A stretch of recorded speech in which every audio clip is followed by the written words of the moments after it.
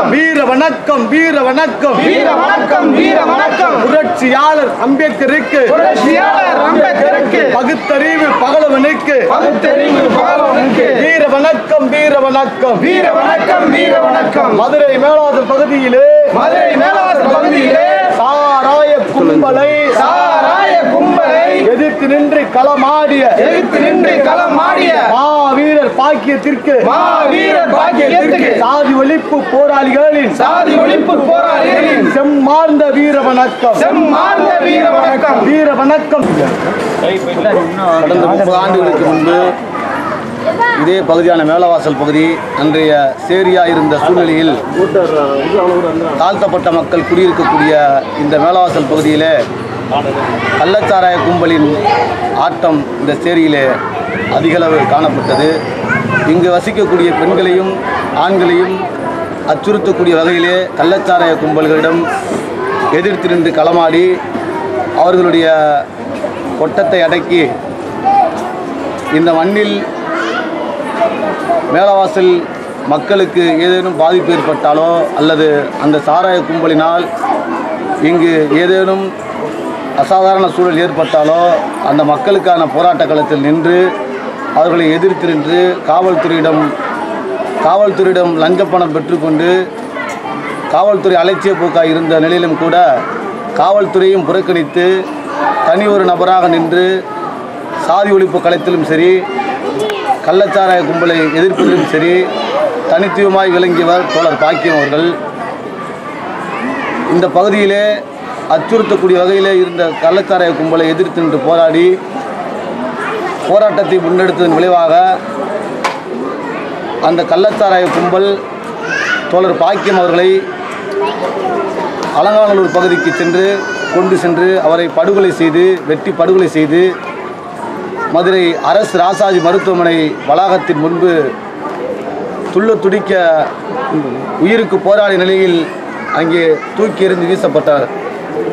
அந்த சூழலில் அன்றைய காலகட்டத்தில் 1988களில் தலித் பேந்தர் ஆஃப் இந்தியா என்கிற இயக்கத்தின் நிறுவன தலைவர் மலைச்சாமி அவர்களால் இவர் இறப்பதற்கு முன்பு நீதிபதியிடம் நேரடியாக சென்று குற்றவாளிகளுக்கு தண்டனை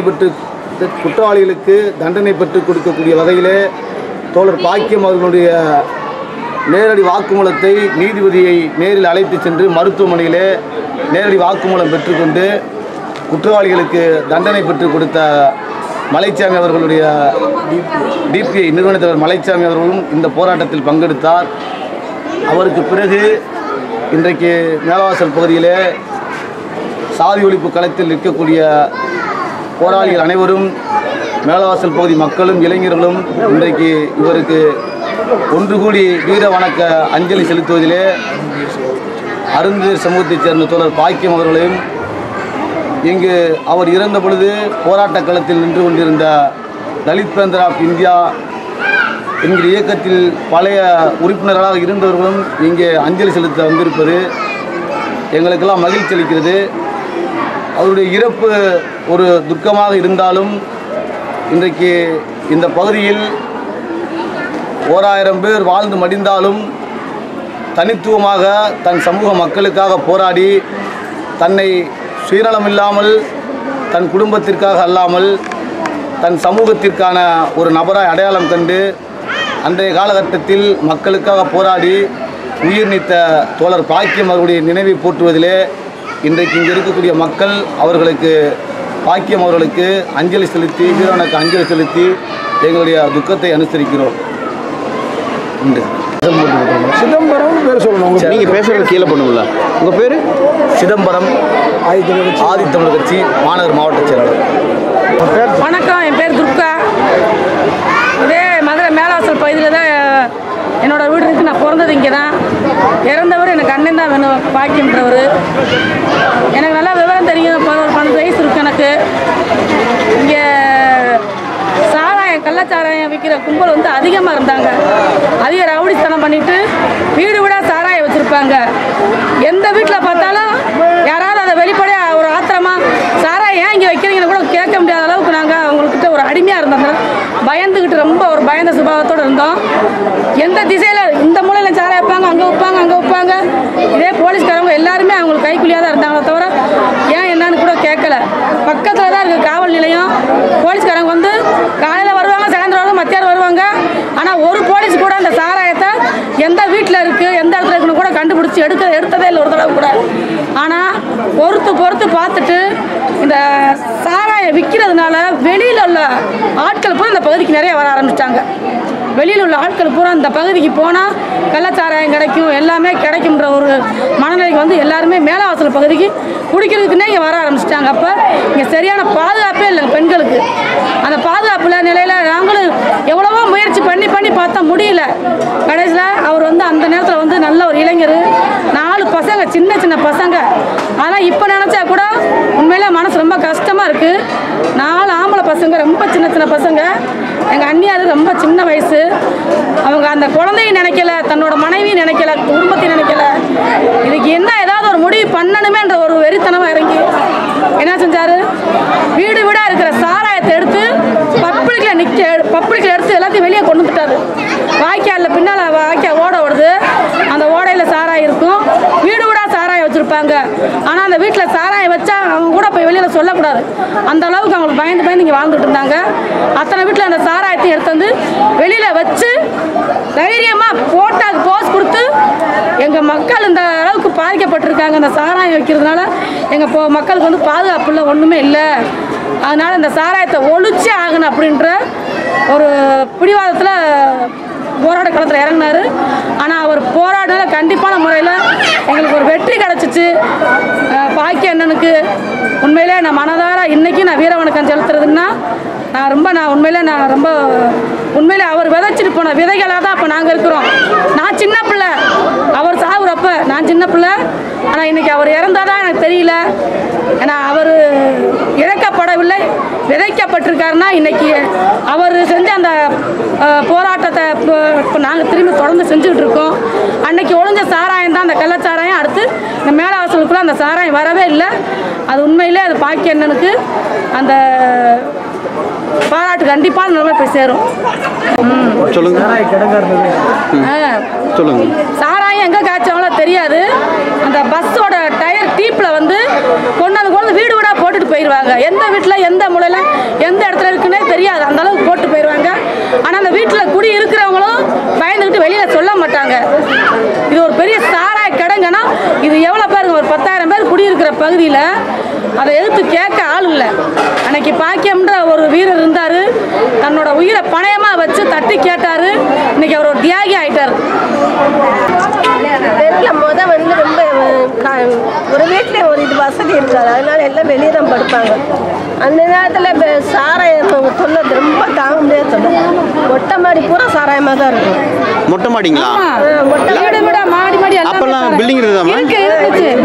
அரிசி போட்டு ரெண்டாவது தடவை கட்டணும், இடிச்சு திரும்ப மறுபடியும். சரிங்க. அப்போ இந்த ஒரு சந்து போகும் இந்த இடத்துல, அந்த தெருவுக்கு போகிறதுக்கு.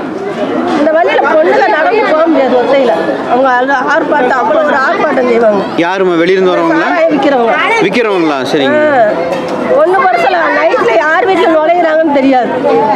அப்படி ஒரு அட்டகாசம், பொறுக்க முடியாத அட்டகாசம். இதெல்லாம் பார்த்து தான் ஒலிக்கிழமை தான் எங்கள் வீட்டுக்காரர் இன்னும் 2 பேர் சேர்ந்து இது ஒரு ஏற்பாடு பண்ணாங்க. மேல் இடத்துல அதிகாரக்காரங்களுக்கு வந்து ஒரு மனு கொடுத்தாங்க. அவங்களும் நடவடிக்கை எடுக்கிறாப்புல இல்லை, பயந்துக்கிட்டு இவங்களுக்கு பயந்துக்கிட்டு அவங்களுக்கும் இவங்க லஞ்சம் கொடுத்துட்றாங்க. அப்போ ஒன்றும் செய்ய முடியாத நிலைமைக்கு ரொம்ப மோசமாக இருந்துட்டு. அப்போ என்ன செய்யறதுன்னு யோசனை பண்ணி தான் இந்த மாதிரி மொத்தத்தில் சாராயத்தை பூரா இதை எடுத்து பப்ளிக்கில் வச்சு பிடிச்சி கொடுத்து கமிஷனர் வரைக்கும் போய் இப்போ ரொம்ப இதாகி பிடிச்சி கொடுத்தா எல்லாத்தையும் ஓச்சிக்கிட்டு நாங்கள் மொத்தமாக ஓச்சப்பட்டு தான் இந்த கடுப்பில் வந்து லட்சக்கணக்கான சரக்கு, கோடிக்கணக்கான சரக்கு கொடுத்துட்டாங்க. போலீஸ் எடுத்துட்டு போயிடுச்சுங்களா?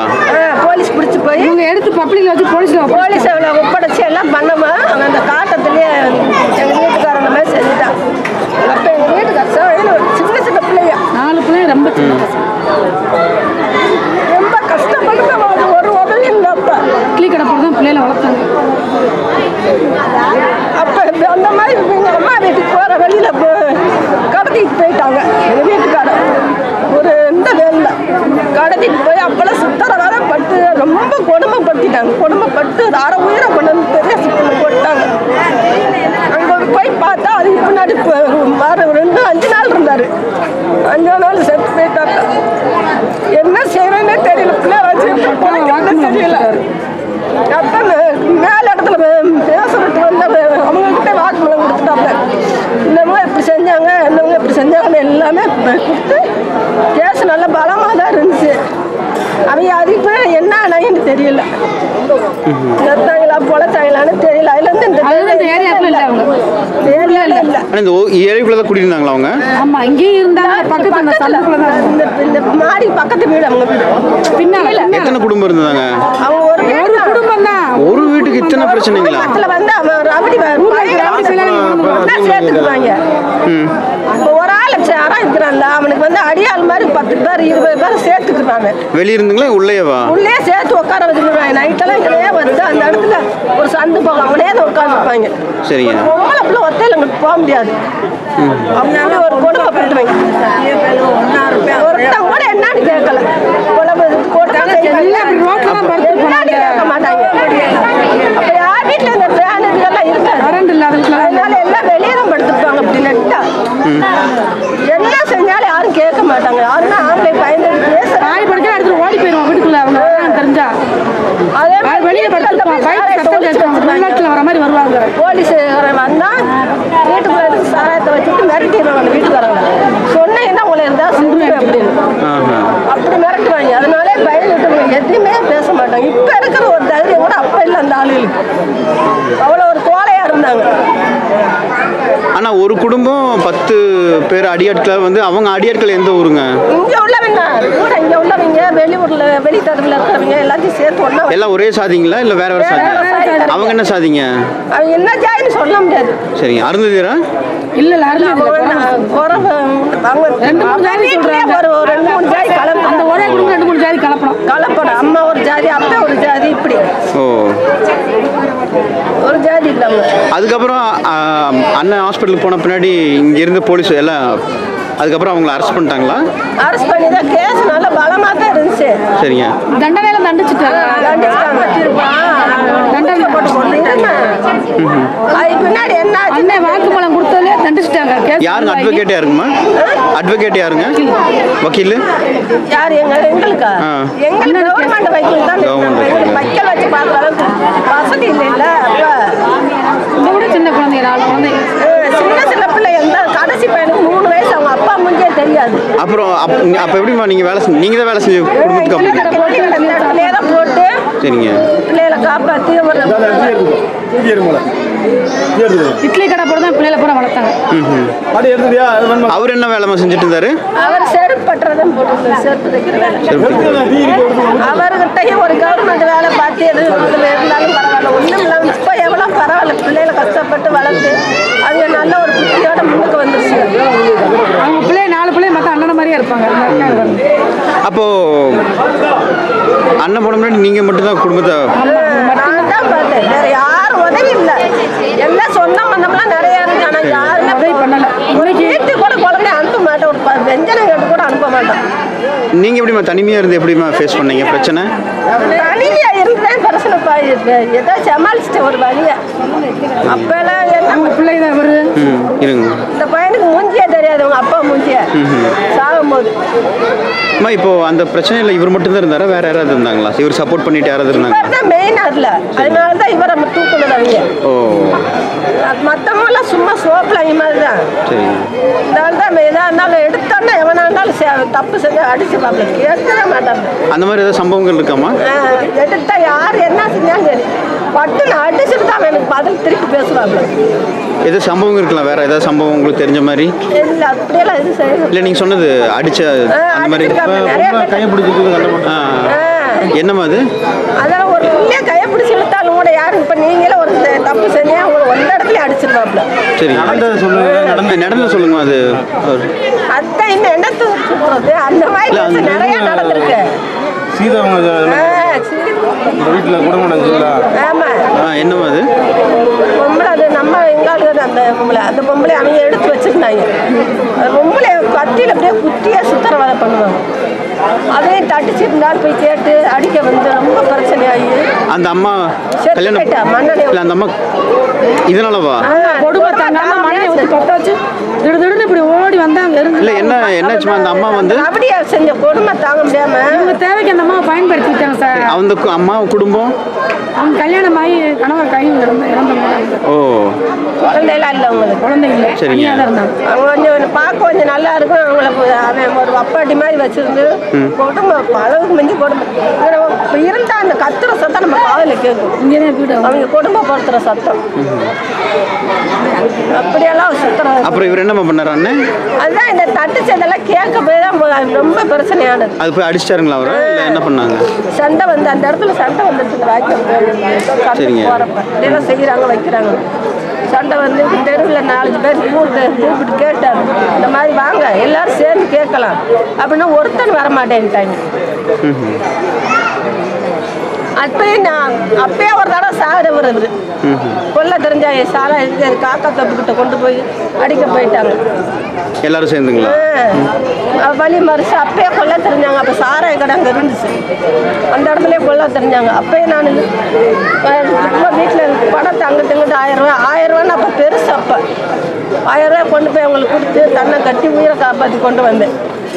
அவர் அடிக்க போய் இங்கேருந்து போய் முக்கியமான ஆளுகளை வச்சு காப்பாற்றி கொண்டு வந்து வச்சுட்டு மறுக்க அங்கே கிராமம் எங்கள் அம்மா இருக்கிற ஊர் அங்கே தான் ஒத்தையில் அவர் மாட்டிக்கிட்டாப்பு அவங்க வரும்போது. அந்த காலத்தில் வந்து இங்கே குடிகாரங்க நிறைய பேர் இருந்தாங்களா? பூரா குடிகாரங்க தான் நம்ம ஆளுங்க எல்லாருமே. இந்த ஆம்பளை பொம்பளை எல்லாரும் குடிக்கத்தான் செய்யுங்க. ஒரு நாகரிகமே இருக்காது ஜம்மத்துகளுக்கு. இப்படி இருக்க போய் தானே அவங்க அப்படி கொக்கு கண்டுக்கிட்டாங்க. நல்லபடியாக இருந்தால் வருவாங்களா இங்கே? அவங்களுக்கு இலவசமாக கொடுப்பாங்களா இல்லை காசு தானா? சாராயம் காசு தான், எல்லாமே காசு கொடுத்தா கொடுப்பாங்க. அப்போ சம்பாதிக்கிறதெல்லாம் குடி தானே இந்த ஏரியாவில்? குடிச்சு தான் நிறைய பேர் ஆணும்போது குடிச்சு தான் முன்னேறாமல் இருக்குது. சரிங்க. இந்த பிரச்சனைக்கு அப்புறம் ஐயா போன பின்னாடி குடி எப்படி கம்மியாக இருந்ததா இல்லை? சுத்தமாக இல்லை சாராயமே இங்கே சாராய கள்ள சாராயிலேருந்து விற்கிறதுல யாருங்க உள்ள எந்த இதுவும் வைக்க மாட்டாங்க. அவர் இறந்த உடனே அதோட முடிஞ்சது. ஏன்னா வெளியே இப்போ அந்த பாட்டில் பப்ளிக்காக கவர்மெண்ட் கடை வரவங்க எல்லாம் அங்கே போய் குடிக்க ஆரம்பிச்சிருச்சுங்க. அப்போ வந்து கடை கிடையாதுங்களா? கடை கிடையாது, பட்ட சாராயம் மட்டும்தான். ஆமாம், பட்ட சாராயம் மட்டும்தான். டீப்பா அந்த சைக்கிள் பெரிய பெரிய டீப் இந்த மொட்டை மாடி முழுவதும் கிடக்கும். அந்த டியூபுக்குள்ள இருக்குமாமா சாராயம்? டியூபுக்குள்ள அறுத்து போட்டு டீப் இருக்குல்ல? ஆமா, பெரிய டீப். ஆமா, அதை வெட்டி போட்டிருப்பாங்களா? அதில் வந்து அந்த காத்து போறது. ஆமா, அதை எடுத்துட்டு அதில் ஊற்றி அடைச்சி அதில் போட்டுருப்பாங்க. ஓ, நாடிகளை புறமா அந்த இதுதான் இருக்கும். யாரும் திருட முடியாது. அவங்கள்ட்ட போய் திருட யார் போய் செய்ய முடியுமா? அவ்வளோ பெரிய மோசமானவங்க அவங்க. சரிம்மா, ரொம்ப நன்றிங்கம்மா. சொல்லுங்க. கிட்டத்தட்ட 1988 மார்ச் 13 இதே நாளில் தலித்துகளுடைய எழுச்சி ஓரளவுக்கு தமிழகத்தில் பேசப்படுகிற காலகட்டத்தில் தலித் பேந்தர் ஆஃப் இந்தியா, புரட்சியாளர் அம்பேத்கர் உருவாக்கிய தலித் பேந்தர் ஆஃப் இந்தியா என்கிற இயக்கத்தை அவனியாபுரத்தை சார்ந்த மாவீரன் மலைச்சாமி அவர்கள், வழக்கறிஞர் மலைச்சாமி அவர்கள் அந்த இயக்கத்தின் தலைவராக இருந்த பொழுது அந்த இயக்கத்திலே சமூகத்திற்கான களப்பணியை தொடர்ந்து முன்னெடுத்து வந்தார். என்னென்ன சொல்லுங்க. தலித் பேந்தர் ஆஃப் இந்தியாவில் வந்து மலைச்சாமியுடைய தலைமையின் கீழ் செயல்பட்ட இயக்கத்தில் வந்து தோழர் இருந்தார். தோழர் நீங்கள் டிஎம்கேன்னு சொன்னீங்க. இல்லை, நீங்கள் சொல்லுங்கள். இல்லை, இவர் சொல்லிட்டு சொல்லுங்கள். நான் பாக்கியத்தோட மயம் பேசுகிறேன். இப்போ அண்ணன் மலைச்சாமி அவர்கள் இந்த தலித் பேந்தர் ஆஃப் இந்தியா என்ற அமைப்பு உருவாகின டைம் வந்து அப்பா இறந்தப்போ இறக்கிறதுக்கு முன்னாடி வந்து சின்ன சின்ன ஒரு 4-5 பேர் தான் பேசிக்கிட்டு இருப்பாங்க. அவங்க வந்து பேசிட்டு இருப்பாங்க, டீமாக இருந்துட்டு இருந்தாங்க. அப்போ தலித் ஒரு அமைப்பு இருக்குது தலித்துக்கு அவ்வளோ பேசப்படலை. எங்கள் அப்பா இறந்த பிறகு ஒரே நாளில் 5000 பேர் பெரியார் பிரசாரில் திறனாங்க. இங்கிருந்து படுகொலை செய்யப்பட்டாங்க. இங்கிருந்து திறனாங்க. மலைச்சாமி தான் இந்த எங்கள் அப்பாவோட மரணத்தை மிகப்பெரிய ஒரு தலித்துக்கான ஒரு புரட்சியை எடுத்து கொடுத்து வெளியே கொண்டு வராரு. அதான் எனக்கு தெரிஞ்சு பெரிய முதல் நடந்த பெரிய தலித்துக்கான புரட்சி வந்து எங்கள் அப்பாவோட படுகொலை தான். அப்போ தலித் பேந்தர் இந்தியா பேசப்பட்டுச்சு. இந்த டிபி என்ற அமைப்பு எல்லாமே வெளியே தெரிய ஆரம்பிச்சது வந்து எங்கள் அப்பா இறப்பில் இருந்தால் வெளியே ஃபுல்லாக தெரியும், முழுக்க தெரிய ஆரம்பிச்சு. தலித் மலைச்சாமி யார், இப்படி ஒரு அமைப்பு நமக்கு இருக்குன்றதே வந்து முதல்ல தெரிய ஆரம்பிச்சது எங்கள் அப்பாவோட படுகொலை இருந்தால் எனக்கு தெரிஞ்ச எனக்கு தெரிய ஆரம்பிச்சிச்சு. அது வந்து ஒரே நாளில் எஸ்டிக்கு கல்யாணம் சொல்லியிருக்காரு.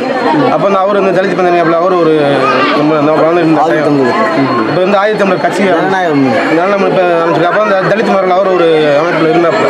அப்போ அந்த அவளை வளர்ந்துட்டு இருந்த டைம் அப்போ வந்து எஸ்டிக்கு இவங்கெல்லாம் கூடுறாங்க. ஒரே நாளில் அப்பாவோட படுகை ஊர்வலத்துக்கு வந்து 5000 பேர் பெரியார் பஸ் திரண்ட சம்பவம் வந்து எங்கள் அப்பாவோட இறப்பு தான். மூலமாக ஒரு தலித் செத்ததுக்காக 5000 பேர் திரண்டது எங்கள் அப்பாவோட மரணம் தான். அதுவும் தலித் இந்தியா வருஷத்துக்குள்ள வருஷம் அப்பா இறந்தது 88. இன்னொரு சார் நீங்கள் சொன்னீங்க இல்லையா விடுதலை சிறுத்தைகள் அப்போ இல்லை இந்தியான்ற அமைப்பு உருவாகும்போது அண்ணன் திருமாவளவன் எஸ்டியை கல்யாணம் சுந்தரம் மலைச்சாமி அண்ணன் இவங்க பூராமே எங்கள் ஏரியாவில் வந்து இங்கே தான் உட்காந்து நைட்டு விடிய போல் நைட்டு இங்கே உட்காந்து மீட்டிங்லாம் போடுவாங்க. மக்கள்கிட்ட பேசுவாங்க. வளர்ந்துட்டு இருந்த டைம் அப்போ வந்து யாருன்னு அண்ணன் திருமாவளவன் யாருன்னு தெரியாது, மலைச்சாமி யாருன்னு தெரியாது, எஸ்டிகே யாருன்னு தெரியாது, மக்களுக்கு தெரியாது. ஏன்னா மக்கள் அந்த அளவுக்கு கட்சியில் என்னன்னு தெரியாமல் இருந்தாங்க. அப்போ அண்ணன் மூலியமாக தான் இந்த மூலியமாக தான் படுகொலை நடக்குது. அப்போ வந்து இதை பெருசாக வெளியே கொண்டு வராங்க. ஒரு இனத்துக்காக மூலமாக ஒரு போராளி இறக்குறாருன்னும் போது அது பெருசாக எடுத்து வெளியே கொண்டு வந்ததுக்கப்புறம் இந்த இதில் இருந்தான். அப்போ தான் தலித் பந்தனி மிக பெருசாக மதுரையில் உருவாகுது. அப்போ இங்கே தான் முழுக்க அவங்க ஸ்டே பண்ணி ஆமாம் கட்சி பணிங்கெல்லாம் பயங்கரமாக நடந்துட்டு இருக்கேன். இப்போ எனக்கு தெரிஞ்சு எங்கள் பெரியப்பா கூட அது தவத்திறந்த ஊர் இருக்குது. அப்போ நான் சின்ன பிள்ளைங்க வேற கொஞ்சம் தெரியும். அடிக்குழாய் வந்து கவர்மெண்ட் போட்ட குழாய் இல்லை, நம்மளால தண்ணி பிடிக்க விட மாட்டாங்க. அப்போ மலைச்சேம்மண்ண திருமாவளவன் எஸ்டிக்கு கல்யாண சுந்தரம் இவங்க பூரா வந்து இங்கே வேணும் பிடிச்சிட்டு போகிறாங்க. எல்லாத்தையும் வேணும் கையில் காசு கிடையாது. எல்லாத்தையும் வசூல் பண்ணிவிட்டு மகேந்திரா வேனை பிடிச்சிட்டு இந்த வேனில் ஏறி போய் பிரச்சனை பண்ணுறாங்க. இந்த தண்ணிகளை ஏன் பிடிக்க விடமா? அப்போ வந்து இவர் அண்ணன் இருக்காங்க. அப்புறம் இந்த எல்லா பேரும் இருக்காங்க. அப்போ வந்து உருவார டைம். அப்போ வந்து சின்ன பிள்ளை தான் போகும்போது தெரியும், எனக்கு வேறு தெரியும் எதுக்கு போகிறாங்க அப்படின்னு. அப்போ தான் கட்சி உருவார டைம் படுகொலை. அதுக்கப்புறம் தான் நம்ம நடக்குது. சம்ம நடந்தோன்னா கட்சி பெருசாகிடுச்சு. டிபின்ற பெரிய அளவில் பேசப்பட்டுச்சு. அதுக்கப்புறம் தான் இந்த கட்சின்னு ஒன்று இருக்குன்றது அது தெரிய ஆரம்பிச்சது. அதுக்கு முன்னாடி சும்மா 4 பேர் பேசுகிறாங்க, ஏதாவது அவங்க ஒரு கட்சி கொடி போல இப்படி நினச்சிட்டு இருந்தாங்க. இந்த தலித்துன்னு ஒரு அமைப்புன்னு தெரியாது. அது தெரிஞ்சதுக்கான அப்பாவோட படுகொலை தான் மெயின். இந்த இது கருப்பு சிகப்பில் இருக்குல்ல பேர், அதுக்கு என்ன காரணம்? ஆரம்ப காலத்தில் வந்து டிஎம்கே தான். இப்போ 2 கட்சி தான் தமிழ்நாட்டில். ஏடிஎம்கே டிஎம்கே தான். எம்ஜிஆர் இல்லைன்னா கலைஞர். அப்போ வந்து மேக்ஸிமம் தான் கலைஞர் கட்சியில் பண்ணுங்க. ஏலாசில் பொறுத்த வரைக்கும் அதிக பேர் கலைஞர் கட்சியில் டிஎம்கேல இருந்தாங்க. அப்பா அப்போ வந்து டிஎம்கேல இருந்தாப்புல. நீங்கள் வந்து வேலை பார்த்துட்டு இருந்தார். அப்போ தலிக்கு வந்து உருவாக்கிட்டு இருந்த டைம் வந்து அப்போ வந்து சும்மா உறுப்பினராக இருந்தால் கட்சியில் எல்லாம் சும்மா உறுப்பினராக டிஎம்கே எங்கள் அப்பா வீட்டில் போட்ட மாதிரி டிஎம்கே கூடிய போட்டி தான் வச்சுருப்பாங்க. ஆனால் அப்பா இறந்தது காசு கொடுத்தது வந்து ஏடிஎம்கே. அப்போ படுகொலை செஞ்ச பொழுது ஆட்சியில் இருந்தது யாருங்க? அப்போ வந்து ஆட்சியில் யார் இருந்தாங்க தெரியல. எனக்கு வேறு தெரிஞ்ச ஜெயலலிதா வந்து ஜெயலலிதா அம்மா வந்து 10,000 நிதி கொடுக்குறாங்க அப்பாவுக்கு. அறிக்கை விடுறாங்க அந்த மாதிரி படுகொலை செஞ்ச இடத்துக்கு அவங்க குடும்பத்துக்கு 10,000 நிதி கொடுக்குறாங்க. சேர்ந்து ஏரியாவில் வசூல் பண்ணி ஒரு காசு தட்டி இட்லி சட்டி இதெல்லாம் வாங்கி கொடுத்து எங்கள் அம்மா இட்லி கடை வைக்கணும் வச்சுருப்பாங்க. கடை போட்டுக்கோங்க இட்லி கடை. அதுக்கப்புறம் தான் அம்மா வைக்கிறாங்க. அவங்க இருந்தாங்க. அவர் பொருள்லாம் கிடையாது, சும்மா இருக்க வச்சு அதை வச்சு நல்லபடியாக பாருங்கம்மான்னு சொல்லிட்டு ஏரியா பணம் வசூல் பண்ணி எல்லா பாத்திரம்லாம் புதுசாக வாங்கி கொடுத்து கடை நடத்துங்கம்மா அப்படின்னு. ஆமாம் டிபிஎம் மூலமாக எடுத்து கொடுத்தாங்க. அதுக்கப்புறம் நிதி வருது, 10 ரூபா நிதி வருது. யார் டிஎம்கே ஏடிஎம்கே வந்து கட்சியில் என்னன்னு தெரியாமல் அப்போ இந்த அமைப்பில் எல்லா டேத்தை சொல்கிறேன். அதுக்கப்புறம் நமக்குன்னு ஒரு அமைப்பு வர ஆரம்பிச்சா தெரிய ஆரம்பிச்சு மக்கள். சரி, இத்தனை ஒரு பெரிய ஒரு புரட்சியாக இருக்குது, இவருக்கே ஒரு சிலை கூட வைக்கல. இது அருந்தீர் மக்கள் சரியான விழிப்புணர்வு, அரசியல் விழிப்புணர்வு ஏற்படல சார். இப்போ தலைவர் இருக்காரு. இப்போ தெரிய ஆரம்பிக்குது. அவங்க வந்த பிறகு எங்கள் அப்பா பற்றி பேச ஆரம்பிக்கிறாங்க. அதுக்கு முன்னாடி கம்மி விடுதலை சிறுத்தை வளர்ந்துருச்சு. இப்போ அவங்க எப்படி சொல்கிறதுன்னா தனியாக பேச அது ஒரு ஜாதி அமைப்பு தனியான ஒரு அமைப்பாக ஆயிடுச்சு. இப்போ தலித்து பற்றி எங்கே பேசுகிறாங்க? இன்ன வரைக்கும் தீண்டாமல் எடுக்கிறதுக்கு ஒரு ஆதரவு கூட பண்ணல. அவங்க வேலையை பார்க்க ஆரம்பிச்சிட்டாங்க. நாங்கள் தனியாக அப்படி ஒதுங்கிட்டு அடிக்க மட்டும் தான் போயிட்டோம். எங்களுக்கான ஒரு தலைவர் இருந்ததுன்னு வரல. இப்போதைக்கு ஜக்கியம் வந்து அதிகமான ஒரு தலைவர் வந்த பிறகு எங்களை மாதிரி போராளிகள் வெளியே வராங்க. ஒண்டிவீரன் வரலாறு இப்போ தான் தோண்டி எடுக்கிறாங்க. அது மாதிரி யாருக்கு தெரியாமையா இருந்துச்சு. ஒண்டிவீரன் விடுங்க, அது பழைய காலத்தில். அது வரல நான் இப்போ இருக்கிற வரலாறையே மறக்க. அந்த வரலாறு சொல்ல நினச்சிருந்தா விடுதலை சிறுத்தை எடுத்துருக்கலாம்ல. ஆமாம், அதே அவங்க எடுக்கலை. என்ன காரணம்னா ஆமாம், இதுக்கு நினைவேந்தலாம் வைக்கிறது இல்லையா? எதுக்குங்க? அப்பா இறந்ததுக்கு அப்போல்லாம் வச்சுட்டு இருந்தாங்களா? இல்லை வைக்கல. இப்போ தோழர் ஜக்கையும் ஒரு இதெல்லாம் வைக்க ஆரம்பிச்சோம். ஓ, இதுக்கு முன்னாடிலாம் இல்லையா? அப்போது மலைச்சாமி டைமில் வருஷம் எடுத்தாங்க. இறந்து ஒரு 2 வருஷம் அவர் பேருங்கிற அந்த கட்டடத்தில் சொல்லுவாங்க. நம்ம திருநெல்வேலியில் அரிசல் மையம் இருக்குது தோழா. ஆமாம், அரிசல் மையத்துடைய கட்டிடத்துடைய பேரே அவரோட பேர் தான். கட்டிட கரிசல் அது எங்கே இருக்குது? சிவகாசி இருக்குல்ல. சிவக அங்கே பேர் வச்சுருக்காங்க. யார் வச்ச பேர்? இல்லை அது வந்து நான் அவரோட பையன் தான், மூத்த ரெண்டாவது பையன் நான். ஒரு இதுக்காக ஒரு படிப்புமா இல்லை படிப்பாக இல்லை, இந்த ஜாதி இதுக்காக வந்து நான் போயிருந்தேன். போய் ஒரு மீட்டிங் அட்டன் பண்ணிட்டு இருந்தேன். இந்த மாதிரி வந்து பாக்கியன்ற ஒருத்தர் வாழ்ந்தார். அவர் வந்து அவர் இந்த மாதிரி மதுரையில் வந்து மேலவாசல் ஏரியாவில் வந்து வாழ்ந்துருந்தார். வந்து சாராயத்துக்காக போராட்டம் அப்படி இப்படின்னு பேசியிருந்தாங்க. யாரோ பேசுகிறாங்க, நான் கேட்டிருந்தேன். கேட்டிருக்கும்போது வந்து ஒரு இடத்துக்கு நாங்கள் வந்து ஒரு மீட்டிங்காக போயிருந்தோம். ஜாதி இதுக்காக வந்து போய் யார் ஆரம்பிச்சா, யார் ஸ்டார்ட் மீட்டிங் போட்டா? அவர் வந்து சக்திவேல் அவர் பேர் சக்திவேலா? ஆமாம். சரி சரி. அவர் என்ஜிஓ அவர் அந்த இதில் போய் இந்த சும்மா ஒரு மீட்டிங் போட்டிருக்காங்க. மீட்டிங் போயிருந்தாங்க. அது வந்து இந்த மாதிரி வந்து நம்ம ஜாதியை பற்றி இதை பற்றி பேசியிருந்தாங்க. தலித்துலேருந்து ஒருத்தர் இந்த பாக்கியம் ஒருத்தர் இந்த மேலவாசல் இருந்தார். அவர் இந்த மேலவாசலுக்காக பாடுபட்டார் அப்படின்னு பேசினாங்க. யாரோ சொல்கிறாங்க. நம்ம நான் மீட்டிங்கில் உட்காந்து நான் கேட்டிருந்தப்ப அப்பா பற்றியே பேசினாங்க. அப்போ தான் அப்பாவோட வரலாறு தெரியும் எனக்கு. இந்த மாதிரி வந்து சாராயத்துக்காக. அப்போ அவர் பேர் போட்டாங்களா? ஆமாம், பாக்கியம் அப்படின்னு. அப்பா வந்து நம்ம சிதம்பரம் இருக்கார். அந்த ஹால் பேர் சிதம்பரத்தோட அண்ணே தான் வந்து அவரோட பையன் தான் அவர் அப்படின்ட்டு. எங்கள் மாமா தான் அவர் தான் அவர் அப்படின்ட்டு இது பண்ணாப்பா. சரிங்க. அந்த ஹாலுக்கு பாக்கியவன் பேர் வச்சாங்களா? அது அந்த இது ஹாஸ்டல் பேர். ஹாஸ்டல் வந்து தலித்தின் வந்து அருந்தியர், இது பறையர், பல்லர், இப்படி வந்து ஒரு இதில் ஒரு தனித்தனி இதாக இருக்கும். அதில் வந்து இந்த அப்பா பேருக்கு வந்து ஒரு ஹாஸ்பிட்டல் வந்து அண்ணா நகரில் இருக்குது. கரிசல்ன்றதுல வந்து ஹாஸ்பிட்டல் இருக்கு. நம்ம ஹாஸ்பிட்டலா? அரசாங்க ஹாஸ்பிட்டல் இது? ஹாஸ்டல்லா ஹாஸ்பிட்டலா? ஹாஸ்டல் அரசாங்க ஹாஸ்டல். ஆமாம், அரசாங்கத்தில் நம்ம அரசாங்கத்தில் தான் பேர் வச்சது அரசாங்கம். ஆமாம், பாக்கியன் போட்டு பாக்கியம் இல்லாமல் போட்டு கரிசல் மையம் இருக்குது. கரிசல் மையத்துடைய கட்டுதான். கரிசல் மையன்றது என்ன சொல்ல?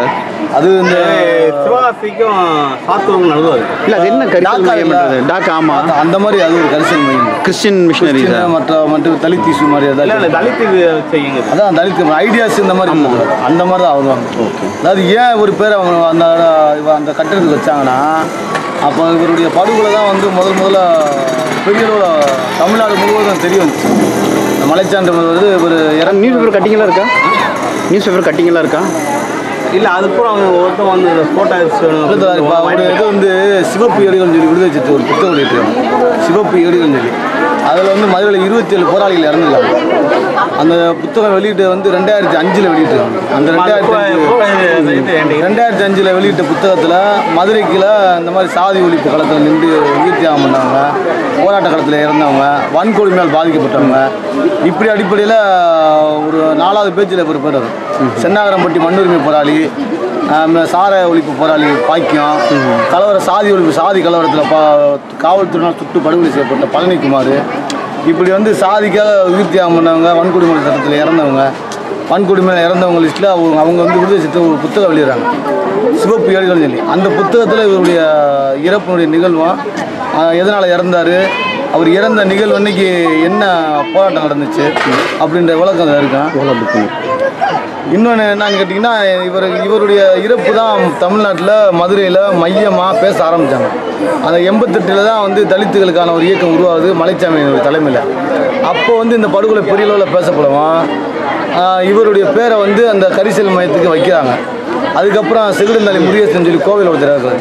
இப்படி அடிப்படையில் மூத்த போராளி என்ற அடிப்படையில் இவர் பேர. இப்போ இந்த கன் ஃபயரிங் யாரோ சுட்டாங்க, அது எங்கே நடந்தது? அது வந்து 1996 வள்ளியூரில் புரட்சியாளர் அம்பேத்கர் சிலை உடைக்கிற ஒரு இடத்துக்கு நாங்கள் வந்து ஒரு மீட்டிங்காக போயிருந்தோம். ஜாதி இதுக்காக வந்து போய் யார் ஆரம்பிச்சா, யார் ஸ்டார்ட் மீட்டிங் போட்டா? அவர் வந்து சக்திவேல் அவர் பேர். சக்திவேலா? ஆமாம். சரி சரி. அவர் என்ஜிஓ அவர் அந்த இதில் போய் இந்த சும்மா ஒரு மீட்டிங் போட்டிருக்காங்க. மீட்டிங் போயிருந்தாங்க. அது வந்து இந்த மாதிரி வந்து நம்ம ஜாதியை பற்றி இதை பற்றி பேசியிருந்தாங்க. தலித்துலேருந்து ஒருத்தர் இந்த பாக்கியம் ஒருத்தர் இந்த மேலவாசல் இருந்தார். அவர் இந்த மேலவாசலுக்காக பாடுபட்டார் அப்படின்னு பேசினாங்க. யாரோ சொல்கிறாங்க. நம்ம நான் மீட்டிங்கில் உட்காந்து நான் கேட்டிருந்தப்ப அப்பா பற்றியே பேசினாங்க. அப்போ தான் அப்பாவோட வரலாறு தெரியும் எனக்கு. இந்த மாதிரி வந்து சாராயத்துக்காக. அப்போ அவர் பேர் போட்டாங்களா? ஆமாம், பாக்கியம் அப்படின்னு. அப்பா வந்து நம்ம சிதம்பரம் இருக்கார். அந்த ஹால் பேர் சிதம்பரத்தோட அண்ணே தான் வந்து அவரோட பையன் தான் அவர் அப்படின்ட்டு. எங்கள் மாமா தான் அவர் தான் இவர் அப்படின்ட்டு இது பண்ணாப்பா. சரிங்க. அந்த ஹாலுக்கு பாக்கியவன் பேர் வச்சாங்களா? அது அந்த இது ஹாஸ்டல் பேர் ஹாஸ்டல் வந்து தலித்தின் வந்து அருந்தியர் இது பறையர் பல்லர் இப்படி வந்து ஒரு இதில் ஒரு தனித்தனி இதாக இருக்கும். அதில் வந்து இந்த அப்பா பேருக்கு வந்து ஒரு ஹாஸ்பிட்டல் வந்து அண்ணா நகரில் இருக்குது. கரிசல்ன்றதுல வந்து ஹாஸ்டல் இருக்கு. நம்ம ஹாஸ்பிட்டலா? அரசாங்க ஹாஸ்பிட்டல் இது? ஹாஸ்டல்லா ஹாஸ்பிட்டலா? ஹாஸ்டல் அரசாங்க ஹாஸ்டல். ஆமாம், அரசாங்கத்தில் நம்ம ஆமாம் அரசாங்கத்தில் தான். பேர் வச்சது அரசாங்கம். ஆமாம், பாக்கியன் போட்டு பாக்கியம் இல்லாமல் போட்டு கரிசல் மையம் கரிசல் மையத்துடைய கட்டுதான். கரிசல் மையன்றது என்ன சொல்ல? அது இந்த சிவகாசிக்கும் சாத்தூருக்கும் நடுவாது. இல்லை, அது என்ன கரிசல் மையம்ன்றது? டாக்கா. ஆமாம், அந்த மாதிரி அது ஒரு கரிசல் மையம். கிறிஸ்டின் மிஷினரி மற்ற தலித் இஷ்யூ மாதிரி இல்லை தலித் இது செய்யுங்க. அதான் தலித் ஐடியாஸ் இந்த மாதிரி அந்த மாதிரி தான் வருவாங்க. அதாவது ஏன் ஒரு பேர் அவங்க அந்த கட்டடத்துக்கு வச்சாங்கன்னா, அப்போ இவருடைய படுகொலை தான் வந்து முதல்ல பெரிய அளவில் தமிழ்நாடு முழுவதும் தெரிய வந்துச்சு. மலைச்சான்று வருது. ஒரு நியூஸ் பேப்பர் கட்டிங்கெல்லாம் இருக்கா? நியூஸ் பேப்பர் கட்டிங்கெல்லாம் இருக்கா? இல்லை, அதுக்கப்புறம் அவங்க ஒருத்தன் வந்து ஃபோட்டோ ஒரு இது வந்து சிவப்பு ஏடுகள்னு சொல்லி விடுதலை வச்சு ஒரு புத்தகம் வெளியிட்டிருக்காங்க. சிவப்பு ஏடுகள்னு சொல்லி அதில் வந்து மதுரையில் 27 போராளிகள் இறந்துருக்காங்க. அந்த புத்தகம் வெளியிட்டு வந்து 2005 வெளியிட்டிருக்காங்க. அந்த 2005 வெளியிட்ட புத்தகத்தில் மதுரைக்குள்ள இந்த மாதிரி சாதி ஒழிப்பு களத்தில் நின்று உயிர் தியாகம் பண்ணவங்க, போராட்ட களத்தில் இறந்தவங்க, வன்கொடுமையால் பாதிக்கப்பட்டவங்க, இப்படி அடிப்படையில் ஒரு 4வது பேஜில் ஒரு பேர் வரும். சென்னாகரம்பட்டி மண்ணுரிமை போராளி, சாராய ஒழிப்பு போராளி பாக்கியம், சாதி ஒழிப்பு சாதி கலவரத்தில் காவல்துறையினால் சுட்டு படுகொலை செய்யப்பட்ட பழனிக்குமார், இப்படி வந்து சாதிக்காக உயிர் தியாகம் பண்ணவங்க, வன்கொடுமை சட்டத்தில் இறந்தவங்க, வன்கொடுமையில் இறந்தவங்க லிஸ்ட்டில் அவங்க வந்து விடுதலை சட்ட ஒரு புத்தகம் வெளியிடறாங்க, சிவப்பு ஏடுகள்னு சொல்லி. அந்த புத்தகத்தில் இவருடைய இறப்பினுடைய நிகழ்வும், எதனால் இறந்தார், அவர் இறந்த நிகழ்வு அன்னைக்கு என்ன போராட்டம் நடந்துச்சு அப்படின்ற விளக்கம் இருக்கான். இன்னொன்று என்னன்னு கேட்டிங்கன்னா, இவருடைய இறப்பு தான் தமிழ்நாட்டில் மதுரையில் மையமாக பேச ஆரம்பித்தாங்க. அந்த 88 தான் வந்து தலித்துகளுக்கான ஒரு இயக்கம் உருவாகுது மலைச்சாமியினுடைய தலைமையில். அப்போ வந்து இந்த படுகொலை பெரிய அளவில் பேசப்படுவோம். இவருடைய பேரை வந்து அந்த கரிசல் மையத்துக்கு வைக்கிறாங்க. அதுக்கப்புறம் செகுடந்தாளி முருகேசன் சொல்லி கோவில் ஒருத்தர். இப்படி அடிப்படையில் மூத்த போராளி என்ற அடிப்படையில் இவர் பேர. இப்போ இந்த கன் ஃபயரிங் யாரோ சுட்டாங்க, அது எங்கே நடந்தது? அது வந்து 1996 வள்ளியூரில் புரட்சியாளர் அம்பேத்கர் சிலையை உடைக்கிறாங்க. பஸ் ஸ்டாண்டு கிட்ட இருக்கிற எந்த சமூகம் சிலையை உடைக்கிறாங்க? அம்பேத்கர் சிலையை உடைக்கிறாங்க. எந்த சமூகம் உடைக்கிறது? வள்ளியூரில் உடைக்கிறாங்க. தேவர் கம்யூனிட்டி தான் உடைக்கிறாங்க சிலையை. அங்கே சிலையை உடைக்கும். ராமநாதபுரத்தில் கலவரம் வருது. ராமநாதபுரம் தொடர்ந்து மதுரையில் கலவரம் வந்து மதுரையில் அந்த ஜூன் மாதம் ஜூன் 16 நினைக்கிறேன். 16 முதல் நாள் நைட்டு சுப்பிரமணியபுரம்ன்ற பகுதியில் கலவரம் உருவாகி அங்கே இருக்கக்கூடிய அறிஞர் மக்கள், அங்கே இருக்கக்கூடிய பிற்படுத்தப்பட்ட சமூகம் வீடுகளை கொளுத்து உடைமைகளை கொளுத்து அங்கே இருக்கிற பெண்களை பூரா சித்திரப்படுத்தி அடித்து வெளியேற்றுறாங்க. அந்த தாக்கம் தாங்க முடியாமல் இங்கே வராங்க. இங்கே இருக்கக்கூடிய அந்த உயர் சாதி இந்துக்கள் பூராமே உள்ளே வராங்க. நைட்டு ஃபயர் ஆகுது. அந்த முன்னாடி ஒரு குடிசை எரியுது. குடிசை எரியும் என்ன செய்கிறாங்க, ஃபயர் சர்வீஸ் உள்ள அது இங்கே தான் நடக்குது. இங்கே தான் நடக்குது. ஃபயர் சர்வீஸ் உள்ள ஒரு நேரம் பார்த்து போலீஸ் தாக்குதல் பண்ணுறாங்க. இங்கே இருக்கக்கூடிய இளைஞர்கள் பெண்கள் எல்லாத்தையும் அடித்து போலீஸ் வந்து எல்லாத்தையும் உள்ள தள்ளி அடிக்கிறாங்க. ஒரு இடத்துக்கு நாங்கள் வந்து ஒரு மீட்டிங்காக போயிருந்தோம். ஜாதி இதில் வந்து போய் யார் ஸ்டார்ட் மீட்டிங் போட்டா? அவர் வந்து சக்திவேல் அவர் பேர் சக்திவேலா? ஆமாம், சரி சரி. அவர் NGO அவர் அந்த இதில் போய் இந்த சும்மா ஒரு மீட்டிங் போட்டிருக்காங்க. மீட்டிங் போயிருந்தாங்க. அது வந்து இந்த மாதிரி வந்து நம்ம ஜாதியை பற்றி இதை பற்றி பேசியிருந்தாங்க. தலித்துலேருந்து ஒருத்தர் இந்த பாக்கியம் ஒருத்தர் இந்த மேலவாசல் இருந்தார். அவர் இந்த மேலவாசலுக்காக பாடுபட்டார் அப்படின்னு பேசினாங்க.